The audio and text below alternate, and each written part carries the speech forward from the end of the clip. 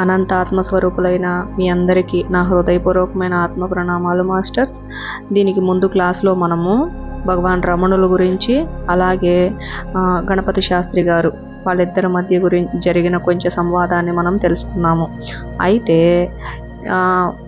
ఇప్పుడు భగవాన్ రమణులు కేవలం ఆత్మజ్ఞానాన్ని మాత్రమే కాదు, ఇప్పుడు జీవితంలో అన్నీ కోల్పోయి బాధను అనుభవిస్తూ, వారి కుటుంబంలో ఎన్నో దుఃఖాలను అనుభవిస్తూ, ఆ బాధల్లో నుంచి బయట రాలేక ఏదో ఒక మార్గం కోసం అన్వేషిస్తూ వెతుకుతూ ఉన్న వారికి కూడా, అశాంతితో కొట్టుకునే హృదయాలకు, భగ్నమైన హృదయాలకు, అనంత దుఃఖసాగరంలో నిండిపోయిన హృదయాలకు భగవాను ఒక ఓదార్పు అన్నమాట. అయితే ఆ కోవలకు చెందిన వాళ్ళే లక్ష్మీ అమ్మాళ్ళు. ఈ లక్ష్మీ అమ్మాళ్ళు అనే ఆమెను తర్వాత హెచ్చమ్మాళ్ళు అనేవాళ్ళు అన్నమాట. అయితే ఈవిడ చాలా చిన్న వయసులో ఉన్నప్పుడే ఈవిడికి వివాహం అయింది. తర్వాత ఈమెకు ఒక కూతురు ఒక కొడుకు జన్మిస్తారు. చక్కగా ఆనందంగా ఉంటుంది వాళ్ళ కుటుంబం. ఈమెకు 25 సంవత్సరాలు వచ్చేసరికి వాళ్ళ భర్త ప్రమాదవశాత్తు మరణిస్తారన్నమాట. అయితే ఈమె అంత చిన్న వయసులో అంత చిన్న పిల్లల్ని పెట్టుకొని ఆ దుఃఖాన్ని మొత్తము దిగమింగుకొని పిల్లల కోసం జీవిస్తూ ఉంటుంది. అలా కొంతకాలం అయిన తర్వాత ఆమెకున్న ఒక్కగానొక్క కొడుకు కూడా మృత్యువాత పడతాడు. ఇక చూడండి, భర్త అకాల మరణం చెందారు, అలాగే ఆమె కొడుకు కూడా ఆమెను అర్ధాంతరంగా వదిలి వెళ్ళిపోయేసరికి ఈమె దుఃఖము చెప్పనలవి కానిదన్నమాట. ఎవ్వరు కూడా ఆమె దుఃఖాన్ని పూడ్చలేరు. అయితే ఇంకా ఆమె ఆ బాధలో ఆమె జీవితాన్ని చాలా భారంగా గడుపుతూ ఉంటుంది. అలా ఉన్న ఇంకొంతకాలానికి ఆమె కూతురు కూడా చనిపోతుంది అన్నమాట. ఇంకెవరున్నారు ఆమెకు? చక్కగా ఆనందంగా ఒక పచ్చటి మొక్కకు విరిసిన పువ్వుల్లాగా ఉన్న ఆమె కుటుంబము మొత్తము శూన్యం అయిపోయింది. భర్త లేడు, కొడుకు లేడు, కూతురు లేరు. ఇంకా ఆమె ఎవరి కోసం జీవించాలి? ఆమె హృదయాన్ని ఈ దిశలో మళ్లించేసుకునింది. ఇక ఆవిడకు మొత్తం విశ్వమంతా శూన్యం అనిపించింది, లోకమంతా శూన్యం అనిపించింది. ఈ లోకంలో నేను జీవించాల్సిన అవసరం లేదు అని ఆమె నిర్ణయానికి వచ్చేసింది. అయితే ఆ క్షణంలోనే ఆమె యొక్క ఎరుక పనిచేసింది. నా జీవితము నాకు ఉపయోగపడకపోతే పోయింది, నా జీవితం ఇతరులకైనా ఉపయోగపడితే బాగుంటుంది కదా అన్న ఆలోచన ఆమెలో వచ్చింది. చూడండి, ఆమె ఎంతో దుఃఖంలో, ఎంతో వేదనలో ఉన్న స్థితిలో ఆమెకి ఇటువంటి ఆలోచన రావడం నిజంగా అద్భుతమైన విషయము. అయితే ఈవిడ ఏం చేసింది అంటే, మొదట నాలో ఉన్న ఈ దుఃఖాన్ని నేను తొలగించుకోవాలి, నేను ఈ బాధలో నుంచి బయట రావాలి. ఇలా నేను బయట రావాలి అంటే ఏం చేయాలి? నేను ఎవరో ఒక యోగికి సేవ చేసుకున్నాను అంటే నేను ఈ స్థితి నుంచి బయట వస్తాను అన్న విషయాన్ని ఆమె గ్రహించింది. అలా ఆమె కొంత సాధన కోసము అనేసి ఎంతోమంది గురువులను అన్వేషించిందన్నమాట. ఒక్కొక్క గురువు దగ్గరికి వెళ్ళేది. అక్కడ ఆ గురువు చెప్పిన ఆ బోధనలను వింటూ, వాళ్ళు చెప్పిన మెళకువలను పాటిస్తూ సాధన చేయడం మొదలుపెట్టిందన్నమాట. కొన్ని యోగ స్థితిని అంటే యోగాభ్యాసాన్ని నేర్చుకునింది. దాని తర్వాత కొన్ని సంవత్సరాలు ముక్కు చివరన దృష్టి నిలిపి సాధన చేసేది నేర్చుకునింది. అలాగే ఒకే యోగ ముద్రలో కూర్చొని గంటల తరబడి అలా ముక్కు చివర ధ్యాసను నిలిపి గమనిస్తూ ఉండడాన్ని అభ్యాసం చేసింది. ఇలా ఈవిడ ఎన్నో మార్గాలను ప్రయత్నించి చూసిందన్నమాట. ఎన్ని మార్గాలను ప్రయత్నించినా సరే ఆమెలో ఉన్న దుఃఖము అనేది ఉపశమనం కావడం లేదు. ఇప్పుడు బాగా ఎండలో నడిచి వచ్చిన వాళ్లకు ఎంతో దాహంగా ఉంటుంది. అంత దాహంగా ఉన్న వాళ్లకు దాహం తీరాలి అంటే వాళ్ళకు మనం ఇవ్వాల్సింది చిన్న గ్లాస్తో నీళ్లు కాదు, ఒక పెద్ద చెమ్ము నిండా నీళ్ళు ఇస్తేనే వాళ్ళ దాహం తీరుతుంది. ఇప్పుడు ఈవిడ ఏ మార్గాలనైతే అన్వేషిస్తూ ఏ మార్గాలలో వెళ్ళి సాధన చేస్తుందో అవన్నీ ఆవిడకు ఆ క్షణానికి శాంతిని, ఆ క్షణానికి తృప్తిని ఇస్తున్నాయి, కానీ సంపూర్ణమైన తృప్తి ఆమెకు కలగడం లేదు. అయితే అటువంటి తృప్తి ఎక్కడ కలుగుతుంది అని ఆవిడ ఇంకా ఎన్నో క్షేత్రాలను దర్శిస్తూ ఉండేదన్నమాట. అలా వెళ్తూ ఉన్నప్పుడు ఒకానొక సందర్భంలో ఆవిడ గోకర్ణము అనే క్షేత్రానికి వెళ్ళి తీర్థయాత్రలు చేసి తిరిగి వస్తూ ఉన్నప్పుడు ఆమెకు మార్గ మధ్యంలో ఎవరో చెప్తారన్నమాట. ఏం చెప్తారు? నువ్వు ఈ విధంగా క్షేత్రాలను సందర్శిస్తూ ఇంత సేవ చేసుకుంటున్నావు కదా, మరి తిరువణ్ణామలైలో అంటే అరుణాచలంలో బ్రాహ్మణ స్వామి అని ఒక ఆయన ఉన్నారు. ఒక్కసారి నువ్వు ఆయన్ని వెళ్ళి దర్శించావు అంటే నీకేమన్నా మేలు జరుగుతుందేమో అని చెప్తారన్నమాట. ఇక ఆ మాట విన్న తర్వాత ఆమె ఎప్పుడెప్పుడు వెళ్ళి బ్రాహ్మణ స్వామిని కలుద్దామా, అంటే బ్రాహ్మణ స్వామి అంటే భగవాన్ రమణ మహర్షి అనమాట. ఎప్పుడెప్పుడు వెళ్ళి బ్రాహ్మణ స్వామిని కలుద్దామా అని ఆమె హృదయం తపిస్తూ ఉంటుంది. అప్పుడు ఆమె ఏం చేస్తుంది? గోకర్ణం నుంచి డైరెక్ట్గా అరుణాచలం వచ్చేస్తుంది అన్నమాట. అరుణాచలంలో అంటే తిరువణ్ణామలైలో ఆమెకి బంధువులు ఉన్నారు, స్నేహితులు ఉన్నారు, ఎంతోమంది ఉంటారు. ఎవరిని కలవదు, నేరుగా వెళ్ళి బ్రాహ్మణ స్వామి సమక్షంలో కూర్చుంటుంది. ఆమె వెళ్ళేసరికి భగవాన్ రమణులు గుహలో కూర్చొని సాధన చేసుకుంటూ ఉంటారన్నమాట. అలా మౌనంగా కూర్చోన్నప్పుడు ఈమె వెళ్ళి ఆయన సమక్షంలో అలా కూర్చుంటుంది. కూర్చొని ఏం మాట్లాడదు, భగవాను ఏం మాట్లాడరు, ఈమె కూడా ఏం మాట్లాడదన్నమాట. అయితే ఈమె ఒక అరగంట సేపు ఆయన సమక్షంలో అలా కూర్చొని తదేకంగా ఆయన్నే చూస్తూ ఉంటుంది. అలా ఆమె ఆయన్ని చూస్తూ ఉండగా ఈమె లోపల ఉన్న ఆ దుఃఖం అంతా కన్నీళ్ల రూపంలో ఈమె ప్రమేయం లేకుండా ధారగా స్రవించిపోతుందన్నమాట. ఆమె లోపల నుంచి ఆ కన్నీటి ధార మొత్తం పోయిన తర్వాత ఆమెకు ఆ క్షణానికి అనిపిస్తుంది ఆమె హృదయ భారం అంతా తగ్గినట్టు, ఆమె లోపల దుఃఖమంతా ఉపశమించినట్టు. ఇలా ఆమెకు మనసంతా తేలిక పడ్డట్టు ఈ భావాలు కలుగుతాయి అన్నమాట. వెంటనే ఆమె భగవానికి నమస్కరించుకొని ఆ కొండ దిగి వస్తుందన్నమాట. ఇక అప్పటి నుంచి ప్రతిరోజు ఈ లక్ష్మీ అమ్మాళ్ళు ప్రతిరోజు వెళ్ళి స్వామిని దర్శించుకుంటూ అక్కడ కూర్చొని స్వామి సమక్షంలో మౌనంగా కాసేపు కూర్చొని తిరిగి వచ్చేసేదన్నమాట. అంటే ఆమె సొంత మాటల్లో ఆమె ఏం చెప్తుంది అంటే తర్వాత ఆమె ఆ దుఃఖంలో నుంచి బయట వచ్చేసిన తర్వాత ఈ లక్ష్మీ అమ్మాళ్ళు ఏమంటుంది అంటే, భగవాన్ రమణులు ఒక ఆదిత్యుడై నాలో ఉన్న ఆ విషాద ఛాయలు మొత్తాన్ని తరిమేసినాడు అని చెప్తుందన్నమాట. అంటే మనలో ఉన్న చీకట్లను పారదోలగలిగే శక్తి ఎవరికి ఉంటుంది అంటే సూర్య భగవానులకు ఉంటుంది. అటువంటి సూర్య భగవానుడై నాలో ఉన్న చీకట్లను తరిమేశాడు అని ఈ లక్ష్మీ అమ్మాలు చెప్తుందన్నమాట. అలా లక్ష్మీ అమ్మాలు ప్రతిరోజు భగవాన్ని వచ్చి సందర్శించుకుంటూ ఆయనతో ఏం మాట్లాడకుండా ఆయన సమక్షంలో మౌనంగా కూర్చొని కాసేపు ఉండి వెళ్ళిపోతూ ఉండేది. అలా కొంతకాలం అయిన తర్వాత ఈమె ఆమెకు వాళ్ళ కుటుంబం పరంగా వచ్చిన ఆస్తి మొత్తాన్ని అమ్మేసి అరుణాచలంలో ఒక ఇల్లు తీసుకొని అద్దెకు ఒక ఇల్లు తీసుకుంటుందన్నమాట. ఆ ఆశ్రమం అంటే ఆ ఇంట్లో ఉంటూ ప్రతిరోజు ఉదయం నిద్ర లేవడము, భగవాన్ రమణులకు ఏదో ఒక ఆహారం తయారు చేసి కొండ మీదకి వెళ్ళి భగవానికి పెట్టొచ్చేదన్నమాట. అప్పుడు ఆమె లోపల ఉన్న ఆ బాధ మొత్తం తీరిపోయిన తర్వాత ఈమె కోరిక ఏంది, నేను యోగులకు సేవ చేసుకుంటే బాగుంటుంది అన్న కోరిక కదా. అందుకోసం అనేసి ఈమె భగవాన్ రమణులకు ప్రతిరోజు వంటకం చేసి ఏదో ఒక వంట చేసి ఎత్తుకొని పోయి పెట్టి వస్తూ ఉండేదన్నమాట. అలా వస్తూ ఉన్నప్పుడు అది ఒక అలవాటుగా మారిపోతుంది. అయితే తర్వాత భగవాను ఆయనకు ఎంతమంది ఆహారం తెచ్చిపెట్టినా సరే ఈ హెచ్చమ్మాళ్ళు తెచ్చే ఆహారం కోసం నిరీక్షించేవారు అన్నమాట. కొన్ని సందర్భాల్లో ఆలస్యం అయ్యేది. అప్పుడు ఆమె క్షమించండి భగవాన్, చిన్న ఆలస్యం అయిందని చెప్పి చాలా వినయంగా క్షమాపణ చెప్పుకునేది. అయితే అంతగా భగవాన్ రమణులు ఆమెను ఆదరిస్తారన్నమాట. తర్వాత ప్రతిరోజు ప్రళయమే వచ్చినా సరే, గాలి వాన వచ్చినా, తుఫాన్ వచ్చినా, ఏమొచ్చినా సరే ఆమె భగవాన్కి ఆహారం తెచ్చి పెట్టడం మాత్రం మానేది కాదన్నమాట. అంత శ్రద్ధగా అంత భక్తిగా ఆమె భగవాన్ని సేవించుకుంటూ ఉండేది.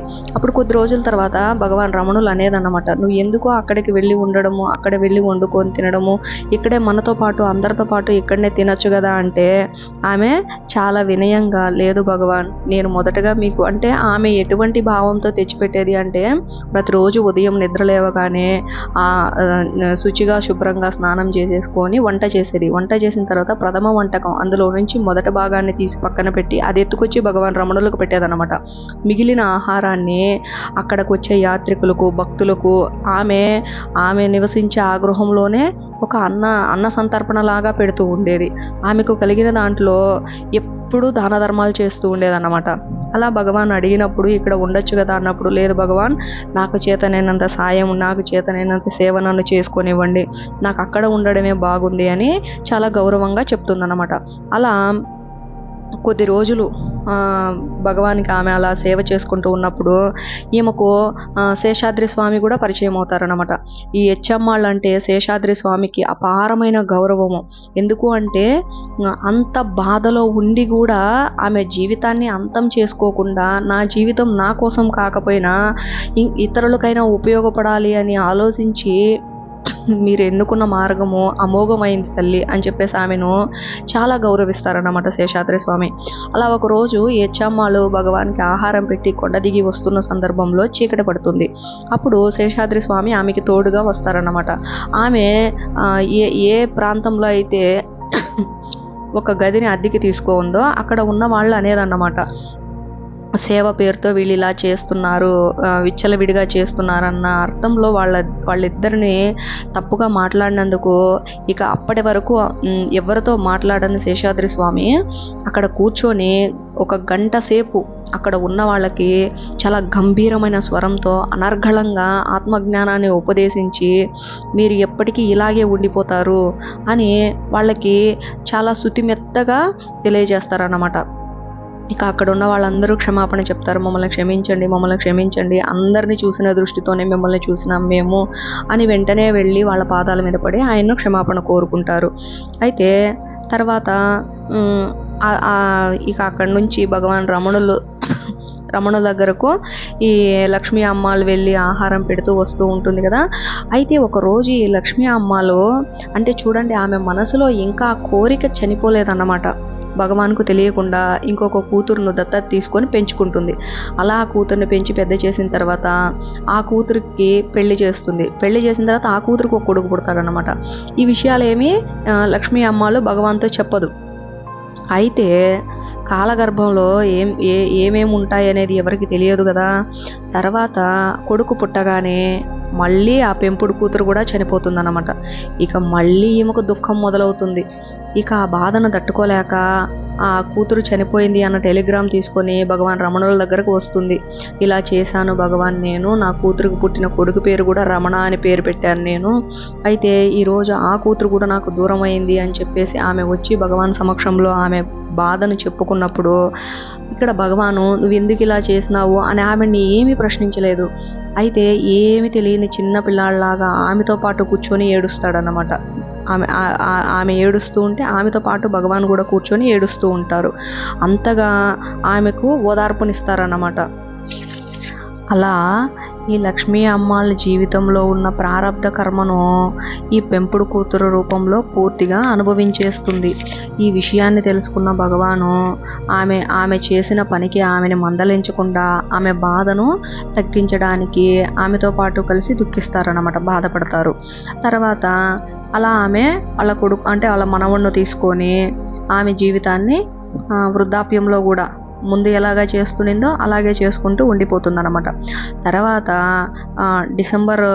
డిసెంబర్ నెలలో 1945 సంవత్సరంలో ఉదయము ఒక లోకమ్మ గారు అని భగవాన్ ఆశ్రమంలో పనిచేస్తున్న ఆవిడ భగవాన్ హాల్లో కూర్చో ఉన్నప్పుడు, అంటే ఈ సంఘటన జరిగిన వాళ్ళ పెంపుడు కూతురు చనిపోయిన కొన్ని సంవత్సరాలకి ఈ వార్త వస్తుంది భగవాన్ దగ్గరికి.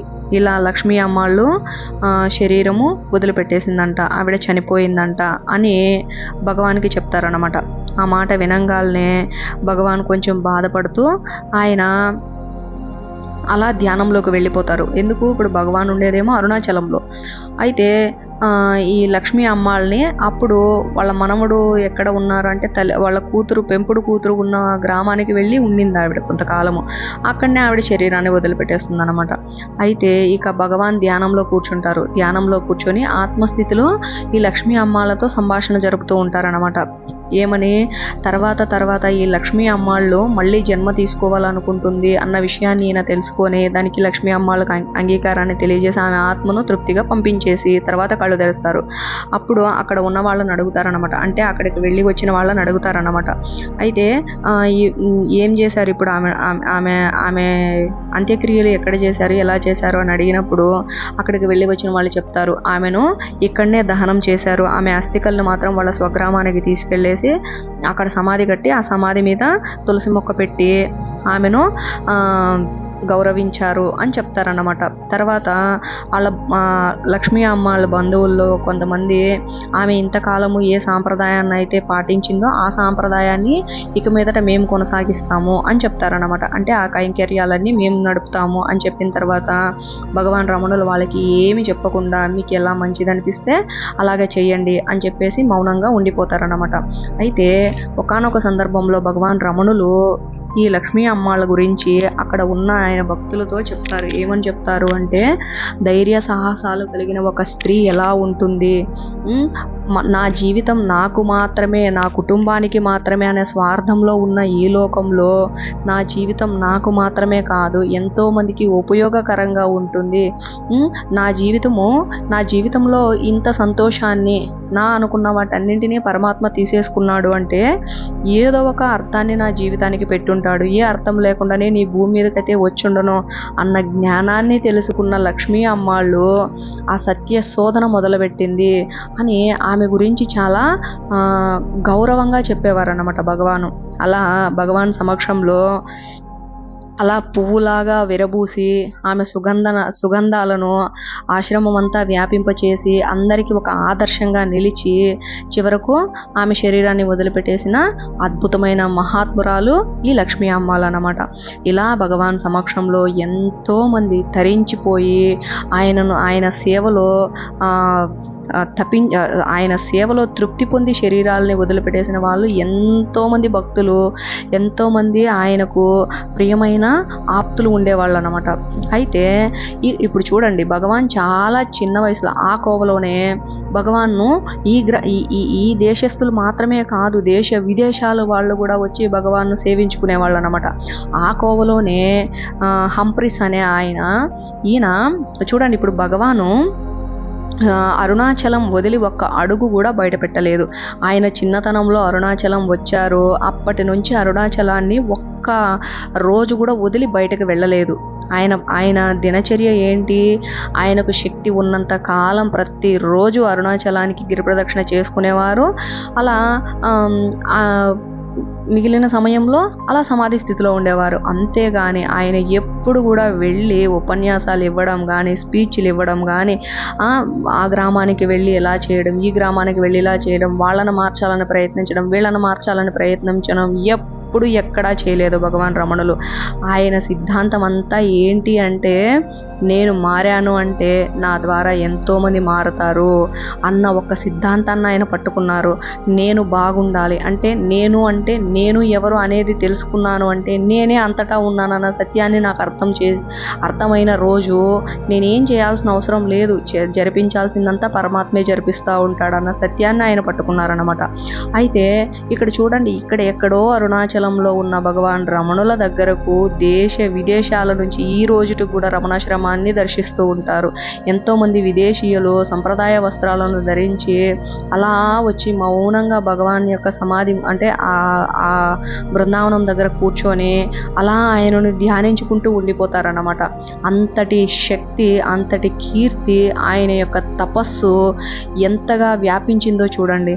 అయితే ఒకానొక సందర్భంలో ఎఫ్హెచ్ హంప్రీస్ అనే ఆయన ఇండియా పోలీస్ డిపార్ట్మెంట్లో చేరతారన్నమాట. ఆయన ఏడిఎస్పిగా నియమితులు అవుతారు వేలూరులో. అయితే ఆయన ఆ దేశం నుంచి రావడం వల్ల ఇక్కడ ఉన్న వాతావరణం పడక ఆయనకు అనారోగ్యం పడుతుందన్నమాట. అయితే ఈయన యొక్క విశిష్టత ఏంటి అంటే, ఈయన అక్కడ వాళ్ళ దేశంలో ఉండంగానే తంత్రశాస్త్రాన్ని ఎక్కువగా నేర్చుకున్నారన్నమాట. అలాగే యోగ శాస్త్రాన్ని నేర్చుకున్నారు. యోగ శాస్త్రాన్ని నేర్చుకున్న ఈయన ప్రత్యేకమైన పద్ధతులలో సూక్ష్మ శరీరాన్ని బయటకు తీసుకొచ్చి సూక్ష్మ శరీరంతో సందర్శిస్తూ ఉండేవారు అన్నమాట.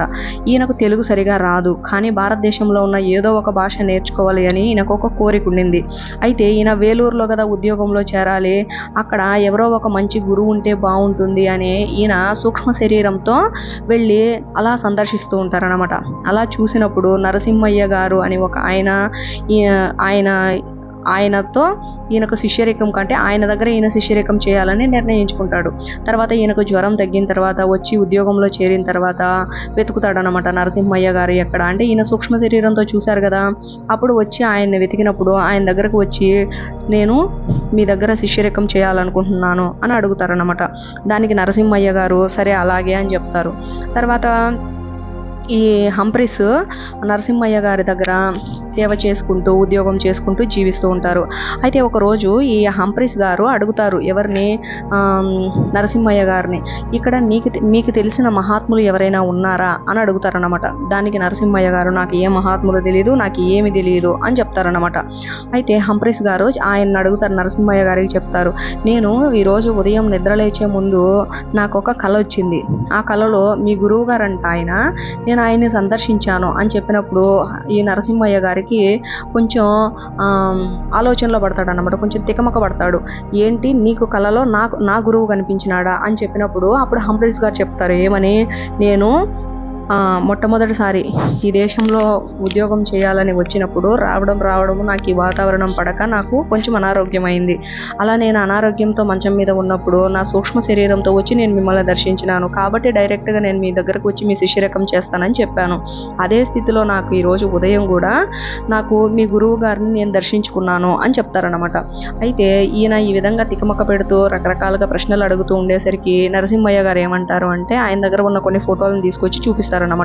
ఈ ఫోటోల్లో ఎవరినైనా నువ్వు చూసావా అని అడిగినప్పుడు ఆ ఫోటోల్లో భాగంగానే గణపతి శాస్త్రి గారు, కావ్యకంఠ గణపతి శాస్త్రి గారి ఫోటో కూడా చూపిస్తారు. ఆ ఫోటో చూడంగానే హంప్రీస్ గారు ఈయనే కదా మీ గురువు, నేను ఈయన్నే చూశాను అని చెప్తారనమాట.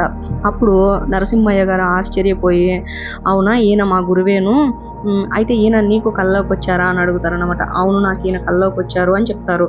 అప్పుడు సరేరా అయితే నేను నీకు ఈయన తీసుకెళ్ళి పరిచయం చేస్తాను అని చెప్పేసి నరసింహయ్య గారు ఈ హంప్రీస్ గారిని తీసుకెళ్ళేసి గణపతి శాస్త్రి గారికి పరిచయం చేస్తారనమాట. అలా గణపతి శాస్త్రి గారు, నరసింహయ్య గారు, అలాగే హంప్రీస్ గారు ముగ్గురు కలిసి తిరువణ్ణామలై వెళ్ళి భగవాన్ రమణులను దర్శించుకుంటారనమాట. అలా దర్శించుకున్నప్పుడు గణపతి శాస్త్రి గారు హంప్రీస్ గారితో చెప్తారు, ఏమని చెప్తారు అంటే, భగవాన్ కళ్ళల్లోకి చూడు అని చెప్తారనమాట.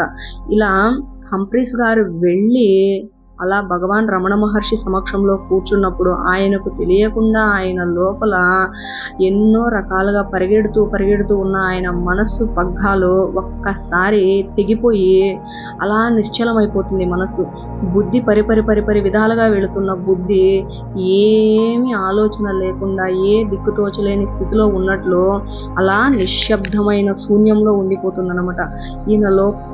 ఈయన అంతరంలో ఈయన లోపల జరుగుతూ ఉన్న ఈ మార్పులన్నింటినీ ఈయన గమనిస్తున్నారు. అంటే ఈయన ఆల్రెడీ యోగశాస్త్రంలో ప్రవీణం ఉంది కాబట్టి ఈయన వీటన్నింటిని గమనించగలుగుతున్నారు అన్నమాట. ఇక ఆయన భగవాన్ ఏమీ మాట్లాడడం లేదు, అయినా సరే ఈయనకు తెలియకుండానే ఈయన లోపల ఇటువంటి మార్పులన్నీ జరుగుతున్నాయి అన్నమాట. ఇక గణపతి శాస్త్రి గారు చెప్తారు, స్వామితో ఏమైనా మాట్లాడు అని. అప్పుడు హంప్రీస్ గారు అడుగుతారన్నమాట, నేను ఈ ప్రపంచానికి సహాయం పడాలనుకుంటున్నాను, ఒక జీసస్ లాగా, ఒక కృష్ణుడిలాగా నేను అటువంటి మహాత్ములు చేసిన సేవ చేయాలనుకుంటున్నాను, నేను అలా సేవ చేస్తానా అని అడుగుతారన్నమాట. దానికి భగవాన్ ఏం చెప్తారు అంటే, ముందు నీకు నువ్వు సహాయపడు, ముందు నిన్ను నువ్వు ఉద్ధరించుకో, తర్వాత అందరికీ నువ్వు సహాయం చేయొచ్చు అని చెప్తారన్నమాట. అలా హంప్రీస్ గారు ఎన్నో ప్రశ్నలు అడిగినప్పుడు దానికి పరిప్రశ్నలుగా భగవాను సమాధానాలు చెప్తూ ఉంటారు.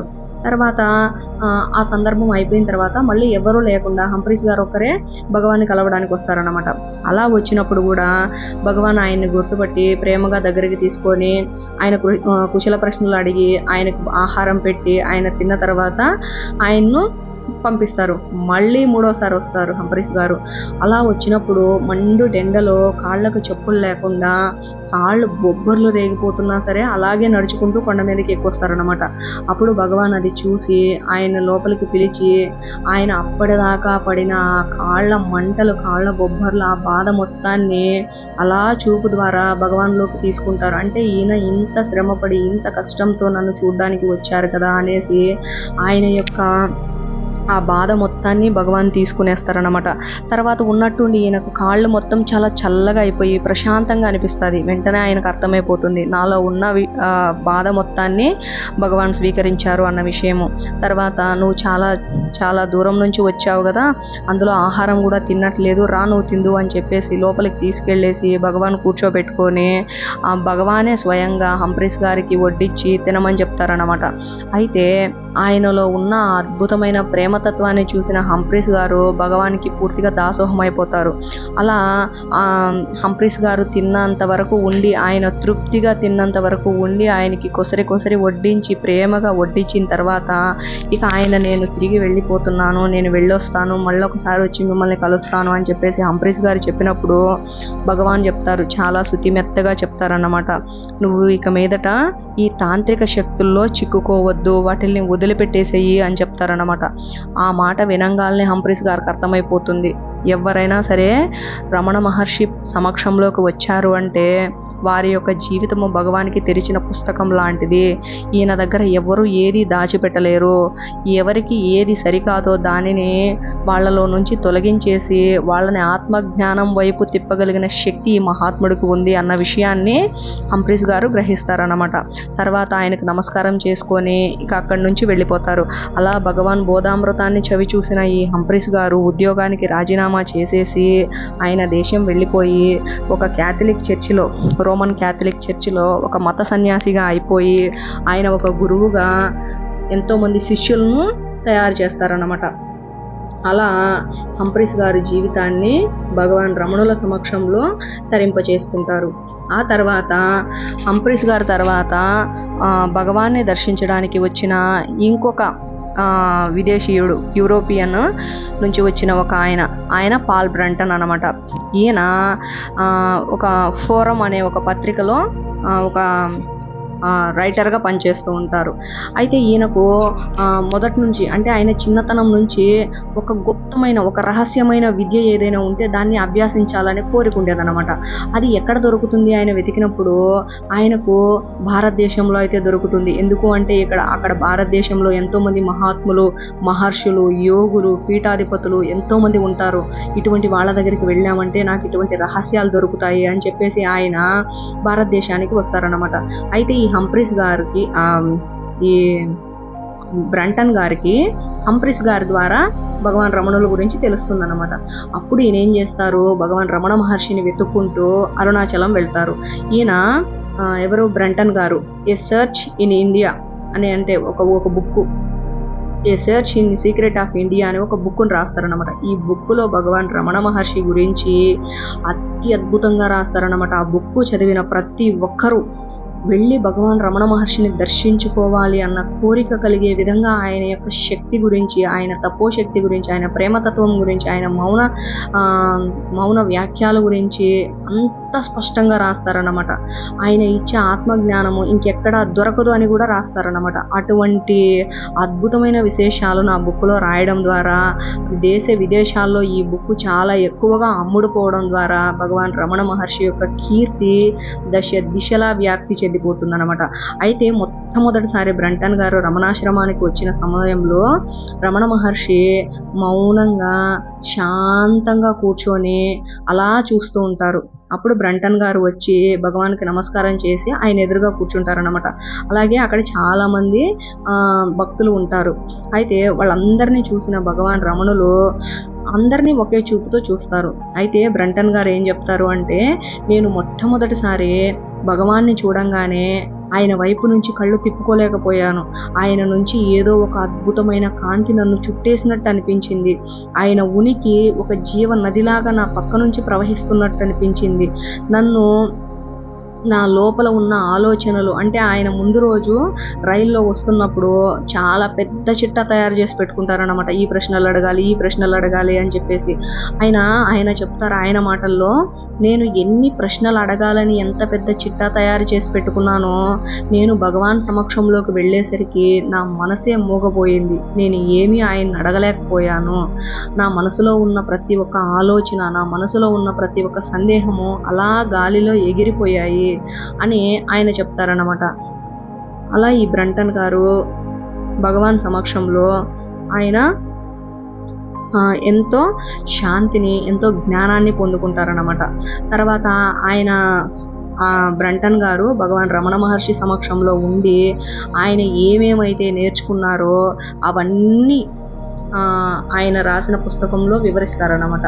ఆ పుస్తకం చదివిన ప్రతి ఒక్కరూ భగవాన్ యొక్క సాన్నిహిత్యాన్ని పొందుకొని ఆయన కలవడానికి వచ్చేసేదన్నమాట. అయితే ఆ కోవలోనే ఒక విదేశీయుడు భగవాన్ ఈ బ్రంటన్ గారు రాసిన పుస్తకాన్ని చదువుతారన్నమాట. చదివిన తర్వాత ఆ విదేశీయుడికి ఒకరోజు ఆయన ఒక ప్లేస్కి వెళ్ళాల్సి ఉంటుంది.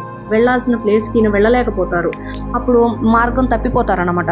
అప్పుడు ఎక్కడ అరుణాచలంలో ఉన్న భగవాన్ రమణ మహర్షి విదేశంలో ఉన్న అతనికి కనిపించి, అలా కాదు నువ్వు ఇలా వెళ్ళాలి అని మార్గం చూపిస్తారన్నమాట. చూపించిన తర్వాత ఆయన అప్పటికి ఆ పుస్తకంలో భగవాన్ రమణ మహర్షి ఫోటో మాత్రమే కదా చూశారు.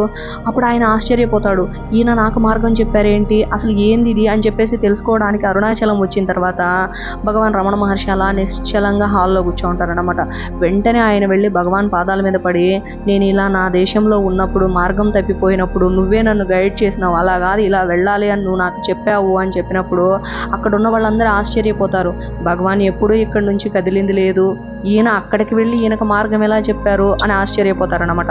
అలా ఆయన యొక్క కీర్తి, ఆయన యొక్క శక్తి, ఆయన యొక్క శౌర్యము ఎంతగా వ్యాప్తి చెందింది అంటే, అయితే మనం కూడా మాస్టర్స్ భగవాన్ రమణ మహర్షుల గారు చేసినట్లు ఒకే చోట కూర్చుని సాధన చేసుకుంటూ మన శక్తిని పెంచుకుంటూ ఉన్నాము అంటే మనం ఎక్కడికి వెళ్ళి ఉపన్యాసాలు ఇవ్వాల్సిన అవసరం లేదు. ఏదో దేశ విదేశాలు తిరిగి మనము ప్రచారం చేయాల్సిన అవసరం లేదు, ఏం చేయాల్సిన అవసరం లేదు. భగవాన్ రమణ మహర్షి చెప్పినట్లు మొదట మనల్ని మనం ఉద్ధరించుకోవాలి, మనల్ని మనం సంస్కరించుకోవాలి, మనలో ఉన్న గుణాలను మనం మార్చుకోవాలి. మనల్ని మనము తీర్చిదిద్దుకున్న రోజు మనం ఒక పరిపూర్ణమైన ఆత్మస్థితిలోకి వచ్చిన క్షణాన మన యొక్క శక్తి మన ప్రమేయం లేకుండానే మొత్తం వ్యాపిస్తుందన్నమాట. ఇప్పుడు ఒక చిన్న మల్లె మొగ్గ అది చిన్న మొగ్గగా ఉంటుంది, అప్పటికి దాని దగ్గర నుంచి సుగంధం రాదు. అది మెల్లమెల్లగా విచ్చుకుంటూ ఒక పువ్వులాగా విరబూసిన తర్వాత దాని సుగంధాన్ని ఎవరు తీసుకెళ్ళి పబ్లిసిటీ చేయరు, దాని సుగంధాన్ని ఎవరు తీసుకెళ్ళి మార్కెటింగ్ చేయరు. కానీ సహజంగానే దాని యొక్క సువాసన మొత్తం వ్యాపించేస్తుంది గాలిలో. లాగా మనము నిస్వార్థంగా మనలో ఉన్న గుణాలను మార్చేసుకుంటూ ఆత్మతత్వంలోకి వెళ్ళిపోతూ మన శక్తిని పెంచుకుంటూ ఉన్నాము అంటే అది ఎవరికి చెప్పాల్సిన అవసరం ఉండదన్నమాట. అటువంటి స్థితిని మనం పొందుకోవాలి అని భగవాన్ రమణులు మనం ఆ స్థితిని పొందుకోవడానికి వారు మనకు సహాయం చేయాలి అని ఎంతో మందిని ఆదరిస్తూ ఎంతో మందిని హక్కును చేర్చుకుంటున్న భగవాన్ యొక్క అనుగ్రహము, వారి యొక్క కరుణ సదా మన మీద ఉండాలని కోరుకుంటూ ఇప్పటి వరకు భగవాన్ రమణుల గురించి, ఆయన జీవితంలో అంటే ఆయన దగ్గర ఉండి తరించిపోయిన మహాత్ముల గురించి తెలుసుకోవడానికి, వారు మనకు చేసిన ఆ అనుగ్రహానికి వారికి మన హృదయపూర్వకమైన కృతజ్ఞతలు తెలియజేసుకుంటూ, అలాగే నాకు ఈ అవకాశాన్ని ఇచ్చిన మీ అందరికీ నా హృదయపూర్వకమైన కృతజ్ఞతలు తెలియజేసుకుంటున్నాను. మీ అందరికీ thank you masters, thank you.